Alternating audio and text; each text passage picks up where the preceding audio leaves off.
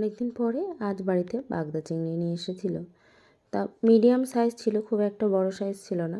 আর আমাদের বাড়িতে চিংড়ি আসলে মালাইকারি করাই হয় না তেমন। আর আজকে ভাবছি তাই মালাইকারি বানাবো। বারবার যখন চিংড়িটা নিয়ে আসা হয়, হয় ভাপা অন্য কিছুভাবে রান্নাই হয়ে যায়। তা আজকে চিংড়ি মাছের মালাইকারি বানাবো। আমার কিন্তু বাগদা চিংড়ির থেকে গলদা চিংড়ি বেশি ভালো লাগে, মোচা চিংড়ি এগুলো বেশি ভালো লাগে। চিংড়িটা বানানোর জন্য বিভিন্ন রকম মশলা বেটে নিয়েছি, কেটে নিয়েছি। কড়াইতে প্রথমে সর্ষের তেল দিয়ে তারপর দিয়ে দেবো একটু লবণ আর একটু হলুদ। একটু লবণ হলুদ দিলে গায়ে ছিটকে আসবে না গরম তেলটা। এর ওপরে চিংড়ি মাছগুলো দিয়ে দেবো। আর চিংড়ি মাছেও হলুদ লবণটা বেশ পরিমাণ মতন হয়ে যাবে। চিংড়ি কিন্তু বেশি ভাজলে টেস্ট ভালো লাগবে না, আমি মিডিয়ামভাবেই ভাজবো। আমি অনেক সময় চিংড়ি না ভেজেই রান্না করে নিই। তা আজকে চিংড়ি মাছগুলো ভেজে নেব, যেহেতু মালাইকারি বানাবো তাই চিংড়ি মাছগুলো আজকে ভেজেই নেব। এখানে চিংড়ি মাছগুলো কিন্তু বেশ ভালো ছিল, তাজা। আর মানে কি বলবো, প্রায় লাফাচ্ছিল বললেই হয়, সেই চিংড়ি নিয়ে আসা হয়েছে। পুরো জ্যান্ত চিংড়ি একদম নিয়ে আসা হয়েছে, তাজা চিংড়ি। তো চিংড়ি মাছ প্রায় ভাজা হয়ে গেছে, আমি এবার তুলে নেব ভাজা চিংড়িগুলো। তারপরে আর একটু তেল ছিল, আর উপর থেকে আর সামান্য একটু তেল দিয়ে দিয়েছিলাম। এবারে গরম মশলা আর তেজপাতা দিয়ে দিয়েছি ফোড়নে। একটু শাহি জিরা দিয়ে দেবো এখানে আমি। আর 2টো কাঁচা লঙ্কা কেটে দেব, ছোট বড় সবাই খেতে পারবে, বেশি কাঁচা লঙ্কা ঝাল দেব না এখানে, জাস্ট 2টো কাঁচা লঙ্কা ফোড়ন দিয়েছি। এবারে ভাজা হয়ে গেছে দেখো।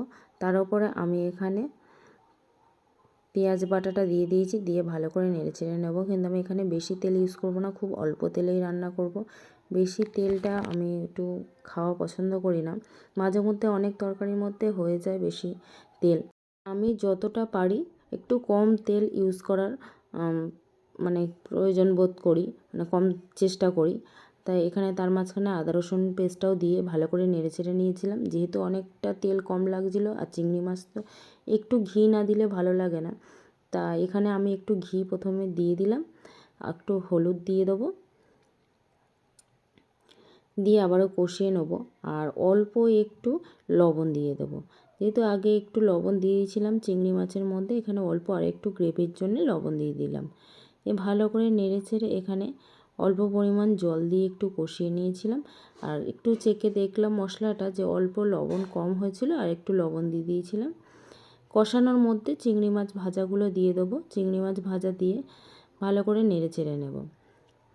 আর আমি আগে থেকেই এখানে নারকেলের দুধটা তৈরি করে রেখেছি। নারকেলটা কুড়িয়ে ভালো করে গরম জল করে একদম নারকেলের কোড়াগুলো ভিজিয়ে রেখেছিলাম, আর চেপে চেপে একদম নারকেলের দুধটা রেখেছি। আর এখানে দেখো একটু চালমগজ, কাজু আর পোস্ত একসাথে বেটে নিয়েছি, নিয়ে চিংড়ি মাছের মধ্যে মশলার মধ্যে দিয়ে ভালো করে নেড়ে চেড়ে নেব। আর নারকেলের দুধটা তো রেডিই করে রেখেছি।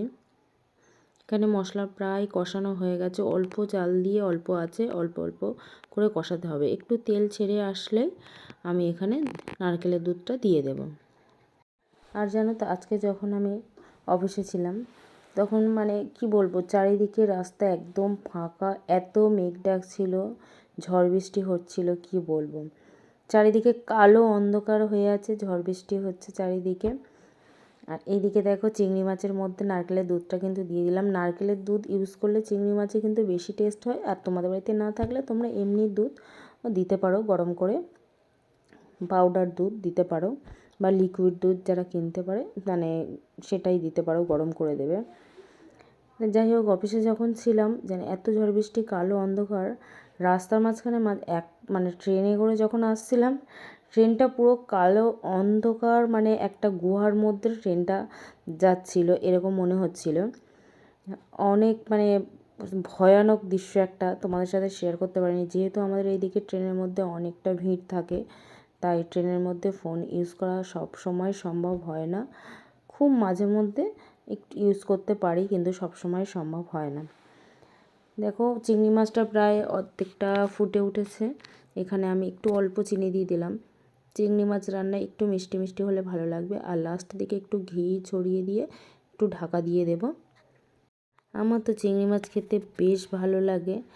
আর তোমাদের কার কার ভালো লাগে প্লিজ লাইক কমেন্ট শেয়ার করে জানিও। আর ভিডিওর মধ্যে কি বলবো, আমি অডিওটা দিই কিন্তু নর্মালি ন্যাচারালি যা কিছু হয় আমি সেটাই তোমাদের সাথে শেয়ার করি। কোনো মানে কাটছাট করি না, কিছুই করি না, এইটুকুই। ভালো লাগলে প্লিজ লাইক কমেন্ট শেয়ার করে দিও। টাটা।